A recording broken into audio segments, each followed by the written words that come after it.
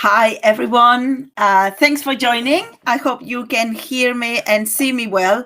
If you do, please put a message and say hello. Maybe you want to say who you are, where you're joining us from. Maybe you can go straight ahead to recommend the book. That's fine too. I'll be showing the recommendations of other people later. Oh, hi, hello. So we have a person, salve in Latin. Excellent. I can say salve to everyone now. So today I'm going to talk to about some of the books that I really like for reading along with younger learners. What does that mean? They're not books for really young children where you read them to them. They're mostly books where you can read them and they read them at the same time, and you can have fun talking about the plot and maybe visiting some of the places in the plot or whatever is relevant for the particular book. So, Salve Abit Santio. Oh, that's exciting. Somebody from Constantinople. That's what I think. Yeah. So, Salve. So before we get started with that, today I saw a lovely piece of work by a primary school in Norfolk, and I thought I really must share this. It's been so kind of them to put it online because in my heart, I fully agree with all of the points in that piece of work that I'm going to show. So I will share my screen now, and I'm going to show you the rights of the reader that the pupils from Moorlands Primary School came up with. And I think this is something that parents need to keep in mind. This is what children think about our attitudes to reading. And so let's go through these children were asked to choose which rights should readers be given. And they chose the following: the right to read any book you want. Isn't that totally true? I found that sometimes some people can be like, oh, you read Percy Jackson, or the literary quality of that is low. Is that, excuse me, you're reading a book, you are enjoying it. What's wrong with that? Then they're fine with, I don't know, reading the newspaper in the tube. Well, I want to read Percy Jackson, or I want to read anything else. So totally agree, you read what you want, as long as obviously it's within your age range. Then reading peace, definitely agree with that one. Stop reading a book, and I think that's important. Other than schoolwork, if you start with a book and you're really not enjoying yourself, it has happened to everyone. I'm gonna make a little confession here. I started reading James Joyce's Ulysses, and I couldn't finish it. I couldn't. So these things happen, and it's fine. If you push through books that you don't like, you're going to start associating that feeling of discomfort with reading itself, which is not necessary at all. Then share your book with others. Woohoo! Definitely, this is what we're going to do here today. I want to talk to you about my favorite books, and hopefully some of you will write down some recommendations. I'm always open to new reading tips. Then get help with your reading, definitely. If a reader is struggling, help is needed. Yes. It can be, the help doesn't need to be given always by a reading interventionist. It can be by a friend in class. It can be by the teacher in the class, and obviously also by a reading specialist. There are plenty of reading specialists of really high quality. If you ever want to ask for a referral, do let me know, and I could send you to somebody who would fit your needs. Then feel emotional when reading. Definitely. Everyone, young and old, male and female, have a right to feel emotional with what they're reading. Read anywhere. Absolutely. Read at any speed. And that's a very important one. Some people prefer to read slowly, and that's fine. Other people rush through the book, and that's fine. Everything's fine when you're reading for pleasure. Have your own opinion on an author. Well, I couldn't agree more with that one there. I've already explained my experience with Ulysses. I feel really sorry for James Joyce. I always give the same example, but it was hard. Then read the same book as others. Yes, why not? You don't need to be accused of copying or not being original. Well, there must be a reason why everyone is reading it. Or read anything, not just books. And that takes me to the first thing I wanted to say tonight. What we want sometimes is we think, well, we want to get our children into reading. But that's probably not the best way to look at it. And this is from the point of view of a classicist. I think what we want to do, oh, hi, Sherry. How's it going? Hi from London. I think what we want to do is to get them into stories. Maybe they want to read that story. Maybe they're very good readers and they really enjoyed reading. Well, that's fine. But maybe they can listen to those stories. Maybe they can think about the stories through pictures. I think what's important is to get them into the magic and the beauty of imagining in their heads worlds that don't exist, that they haven't seen. Yeah. And obviously, once they get hooked into imagining and traveling with the mind, they will want to read so that they can do that more often from anywhere, because obviously reading is the best, easiest, cheapest tool to travel from anywhere. Okay, so before I go with the books, I just want to say one last thing, and is the piece of advice related to all these rules these children in that school came up with, is that you need to let go a little bit with your children. And I'm going to give you an example of what happened to me the other day. And it was very recent. That's why I'm saying this. I entered the living room and my daughter always takes my books as she takes my makeup and my clothes and everything else. And she had I had bought the Harry Potter and the Philosopher's Stone, but in classical Greek, just something to do and to use some fun in some lessons. And she was sitting on the sofa, she was passing the pages and she was looking so concentrated. And being the mom I am, where sometimes I should be a bit slower and think more about things, I just went up to her and said, like, oh, what are you reading? And she said, oh, I'm reading this book, it's great. And I said to her, but you know that's in classical Greek. Maybe I should give you a book that you can read. And she looked at me, and my face, like she couldn't understand what I was saying. I said, but that's my favorite book. Well, my daughter is 5. She was really enjoying. She wasn't understanding the book. She can barely read English. Obviously, she can read in classical Greek. But she already understands about the pleasure of sitting down with a book and enjoying a book. And I thought, isn't that great? And how poor was it that I had this patronizing attitude of going to her and saying, oh, should we read, I don't know, the Gruffalo or something? And she was like, no, I'm really enjoying myself. Thank you. So yeah, so just an example. So for the books that we can read along together with our children, should we start with my favorite? Because why not? I love Caroline Lawrence. Now, you can get something like this. This is 10 books, The Roman Mystery, for under £10. No, under £20, sorry. So you had The Secrets of Vesuvius. I'm going to show them because I like the feel of them as well. They have really nice covers. Look at this. The Gladiators from Capua. And who doesn't love this? Pirates of Pompeii. Now, really good things about the books from Caroline Lawrence, and I'm going to look at this one here, for example. And this is an example because they're all as good, really. They're fantastic read. They're written in a language that younger children can understand, but at the same time, they introduce plenty of quite sophisticated literary vocabulary. So for those children, and I'm not saying do read in order to prepare for exams, but for those children who are preparing for, say, 11 plus, 13 plus, this is gold. Because by the end of the book, they will have acquired plenty of vocabulary that you don't find in everyday speech, but it appears in the perfect context for them to just learn them through reading.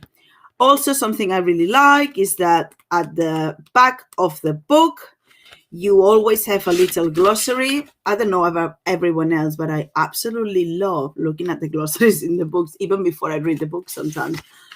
It's maybe just a quirk, but I really like it. And then it has some information about the place where the story takes place, as well as maps. It's an immersive experience, Caroline Lawrence. It's so beautifully written. You start reading. I was reading the other day this just as a refresher before this live video, and I was suddenly sitting in Ostia on top of a tree with this little girl, and it was all so exciting, and I could hear the sounds and the smells of the time, and I could feel the pain she was feeling for the slaves. Fantastic. Everyone should read this book. And when I say everyone, I mean both the parents and the children. Maybe don't give it to the children straight away. Maybe leave it around, leave it yourself and say, like, oh, you might be too young for this. I'm sure then they will want to read it. So that's Caroline Lawrence. Her latest book, she's very prolific. And I have to say, she's not only very prolific, she's also very hardworking. She's constantly visiting schools and doing outreach work. So you're very likely to, if your children like her, is a really good thing that you're very likely to have a chance to meet her and join a Q&A question. She carries around with her quite often a sponge on a stick. I don't know if any of the people listening knows what the sponge on the stick thing is about. Anyone? It's that's because the Romans used a stick with a sponge at the top to wipe their bums after going to the toilets, and Caroline really likes to show that as a sign that we're so similar to the Romans because we have the same human needs, and at the same time so different, because can you imagine you go out, you're in town and you need to use the public toilets, as you do, and then you go there and then you take a sponge on a stick and dip it in vinegar and just have you need to clean yourself with that after everyone else. Well, we don't know exactly how it worked. Maybe they didn't share the sponge on a stick, but it seems that they probably did, hence the vinegar. Anyway, I'm going out of topic here. Her latest book is The Time Travel Diaries. Caroline Lawrence, The Time Travel Diaries. I have to say, this is not like, I'm not trying to sell you Caroline Lawrence. I don't know her personally. There's no affiliate links, nothing. I just really love her work. This one is fantastic. It just arrived in the post for me because it's a 2019 one, so I had not had the chance, and I'm going to be reading it throughout this week. She's based the whole story on the body of a girl that was found in London near the Temple of Mithras. So for those living in London or who have visited London or who have an interest in London, it's even more magical because it's a place that you can visit, you've walked past, and it's a girl that was found. And we can try to imagine what her life was like. Excellent. So other recommendations. This one is a bit more serious. Now, I said Caroline Lawrence is my favorite. I'm going to start with Caroline Lawrence. Actually, this is probably one of the books in my life, one of the books I've read fastest. Like my friend recommended it to me. I don't know if she will be hearing. Hi, Tere, if you're there. Thank you for the recommendation. She studied with me in Spain when we were younger. And when I moved to the UK, she said, oh, read this book, originally in English. And I thought, a book about two tigers and one of them goes to the arena. I'm not sure. But I did follow the advice, and it's so beautiful. It's beautifully written. It stirs your emotions. It helps you learn about the past. The only but that I have with this book is that probably some younger learners might get upset with, obviously, pain and loss. But more mature readers, and I'm not talking mature 17, 18, I'm talking 12, 13. If you think that your child will be comfortable with that, this is a beautiful read. So, I don't know, I was thinking maybe I could read you what someone else says. So Michael Morpurgo says, Tiger, Tiger burns brightly to the very last page and long afterwards too. And that's definitely true because I read it a long time ago. I still love it. More reading recommendations. This is a new one as well. I wasn't aware of the existence of this one until very recently. The Roman Diary, and this is the Journal of Ileona. Fantastic book. And why do I say it's fantastic? Well, it's accessible to quite young children. It's easy to read, but it does not dumb down the vocabulary. And something I give a lot of importance to this because I enjoy myself. It has fantastic illustrations, beautiful illustrations. So what else can you ask for, really? Also, so you can look at these gladiators. Isn't that amazing? Then at the very end, it has a section on Ileona's world. And I have to say, during the reading, you get immersed in her world and you learn about the numbers and you learn about counting times. And because she has such a dramatic reversal of fortunes, she starts as a rich girl in Alexandria, is taken by pirates and ends up as a slave in Rome.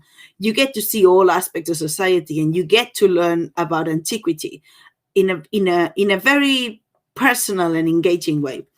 Anyway, if you still want more information, at the very back of the book, you have some basic information, like, for example, where was ancient Rome, which makes really nice reading, who was who, so it's all simplified, the army, and this is something I like, because I think it's gone a bit out of fashion to put pictures with all the names and everything, and isn't that useful to have a soldier with all the information for the equipment? And I'm not going to show anymore because I'm starting to think, oh, it starts to be a breach of copyright if you show too much of a book. Anyway, I'm asking you to buy it. Everyone watching should buy this book. It comes with a timeline as well, a lovely glossary, because it should always have, which has books like, I don't know, from abode, that means home. So nice. I can imagine now the children reading this, and then when they read the Odyssey and they find abode in the Odyssey, which in the Penguin it appears, and they'll be like, oh, I know what abode means. Well, no, they won't be like, oh, I know what abode means, because they will just know what abode means and read on, as opposed to abode. I wonder what that might be. Anyway, so it has a glossary, which is both for vocabulary and more technical terms, like, say, centurion. And the vocabulary is also illustrated with beautiful illustrations. And then for the parents, and I'm going to say it's for the parents, maybe the children also would like it, but it has a list of sources for the illustrations and the content, which I think it's a beautiful touch. And if you're really keen into her, as I am, you can then buy the Egyptian Diary, which is the next one, or the previous one in the series. Okay, then I want to say a word, because you can't have a chat. Oh, I have some, before I say my word, I have some comments. Hi, Anna. I will definitely check out the Caroline Lawrence books, Mark. Yes, Mark, definitely do. Definitely, they're very, very high quality. You can buy like one of the, or go to the library and get one of the short ones, but they're all quite short and manageable. And then if you like them, the fun thing is that they all come in a series, so you can then see, oh, we've read that one, we've read the other one, etc. Sherry also says thanks for the recommendations. Excellent. I don't know how to make this message disappear now. Oh, there's another message. Well, I don't know how to make it disappear. I'm not going to spend my time with that. I was going to go to Percy Jackson and the Lightning Thief. Now, how can you talk about historical fiction and not talk about Percy Jackson? I know that recently Percy Jackson has come a bit under fire for the depiction of race and class and gender, these things, because obviously we keep changing our minds about what's right and what isn't. It's always very valuable to look into the literature our children are reading and explore what consequences it might have in the way they view the world. However, having seen all this, if you're reading the book with your child, I still think it's a fantastic book. And you can talk about these issues if you're interested. And I will give some links at some point in a blog post when I finish writing it about this. But I think it's a hook. The book is a hook. The characters are relatable. It's full of fun. Maybe the vocabulary is not the most sophisticated. Who cares? You can even watch the movie if your child is not to the book straight away. There's posters and merchandising. I do suggest you do give Percy Jackson and the Lightning Thief a try. Now, I've read that one out of the library a long time ago, so I don't have my own copy, but I have my Kindle copy, and that's something else I wanted to say. Your children don't need to read in books. They can read, obviously, in a Kindle. They can read on a screen, but they can also read through a comic book or even mangas. I love manga. So I do consider that to be reading. We need to be respectful of the choices of our children as well and get them to enjoy reading and stories, and then things will come, things will happen later on. They will not start straight away with the Iliad. They would be a bit weird if they did, although some of them do. I was precautious with that, but I'm not recommending people do. So, there are plenty of books out there. Oh, there you go. I can hide the messages. I've learned how to do it. No, I haven't. Okay, so we'll leave it there. It's quite a nice message. Sherry, you're famous now. Thanks for the recommendations. I wanted to say, there's plenty of lists out there. I'm working on a blog post where I'm going to divide them, not by age, because I don't like to say, oh, you're this age, you read this book, but a bit by level of interest. But then, before I go, I'm going to give you a bit of a wild card option there, and it's the Latin novellas. They are becoming very, very, very popular. They're short Latin stories written using very limited vocabulary and making use of words that are understandable because of their cognates in English. And then they build up in the series so that you can, even if you don't know a lot of Latin, you can read them and you can read them together with a child. So this makes the perfect, I'm going to say this is the perfect, don't you, my daughter is 5, I don't sit with her reading Quintus et Nox Horrifica, but some children might like it. I'm thinking more perhaps maybe a bit older when they can already start to read themselves. But this is a lovely story. The illustrations are illustrative. Illustrative, is that how you say that? I guess it is. So they're very illustrative of the text, so they make it easier to read. As you can see, there's a picture to go with every story, and every few lines you will find a picture. So it keeps the attention of the younger ones, and it also helps you guess what the meaning is. And I mean, I'm just going to read a page just to show you how much younger ones will like this. Suddenly, the table rises up, goes up, and Quintus almost poops himself. So, I'm quite sure a book that includes the words for poop and peep and all that, the children do love it, and it's relatable. And also this one in particular, there's plenty online, I can give the links. This one, Quintus et Nox Horrifica, covers all the vocabulary of the different rooms in the house, which I think is a really nice way to go over the atrium, the triclinium, the tablinum, the hortus. So great one. And then before I go, I'm just going to say something that you may be tempted to want to do, but I think for this age range might be a bit hardcore. And that's the translation of books into Latin. Like, for example, here I have The Hobbit. The Hobbit actually reads quite well. actually, I have the Gruffalo as well downstairs, and I find The Hobbit easier to read. I found the translation of the Gruffalo is quite sophisticated. Then, for example, here you have the Harry Potter. So this would be for children who really like Harry Potter. However, yes, they are a translation of a book for young minds. The Latin is not particularly easy. So this is something for older ones or to read in company. I will have a session at some point on, actually, now that we're here, or when you watch this, it would be lovely if you could tell me what you would like to talk about, or if you would like to talk about something, I can give you a space.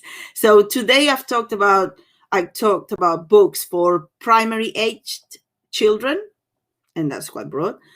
Next week I want to talk about picture books and books for younger children, read along books. And then in another session, and I don't think it's going to be the third week, because that would be 3 weeks in a row about books, which I think it's a bit much. I think probably we'll be talking about food by then.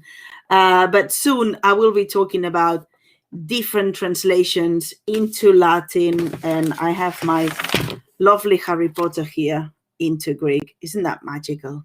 Absolutely.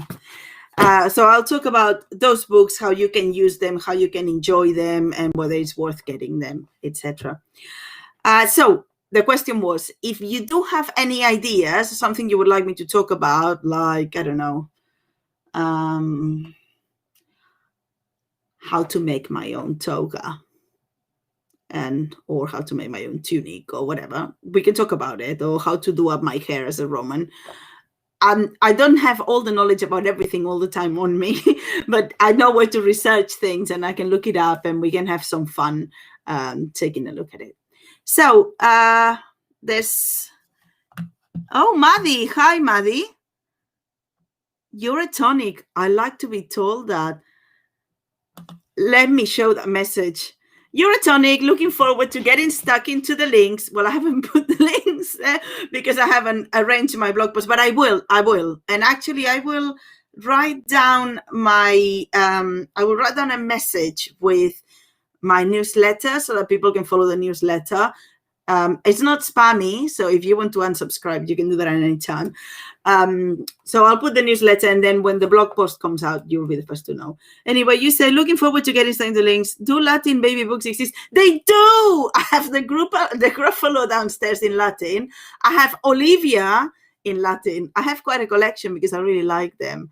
And in fact, we could even talk about the ones that don't exist. And if we do want them to exist, perhaps we should create them. I'm looking for a project. So I'm currently on a project translating some Catalan to English thing, but my next project might be a picture book in Latin. So that will be next week. Next week, I'll be talking about books for younger children and picture books as well. And yeah, all things classics. We'll look at some books about mythology. So if there are no questions, I think I'm going to say good evening now. Good night, probably. And if you have any questions, put them in the chat. I will leave a link now here in case you want to go get into my newsletter. And you can write a text anytime. I will be checking and I'll reply. Thanks for joining me. Walete.